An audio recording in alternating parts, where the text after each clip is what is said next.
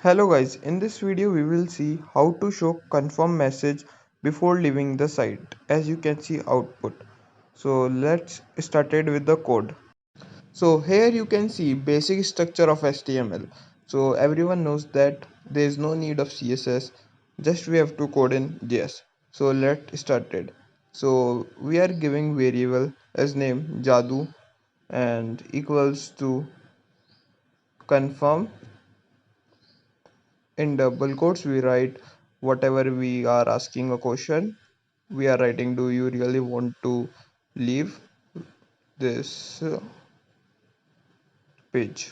Then we will write semicolon, zoom the code. As you can see, we will use if statement in JS, writing the variable name as Jadu. If it is true, it will show the alert function. You can use document or whatever you want. Then in alert it will show thanks for visiting, then writing a semicolon. After this we will use else statement. If it is not true, what will it show? We will use curly bracket, and this is also shows as alert, so it show thanks for staying with us. So you can see the code, no CSS, only HTML JS. So this is the code.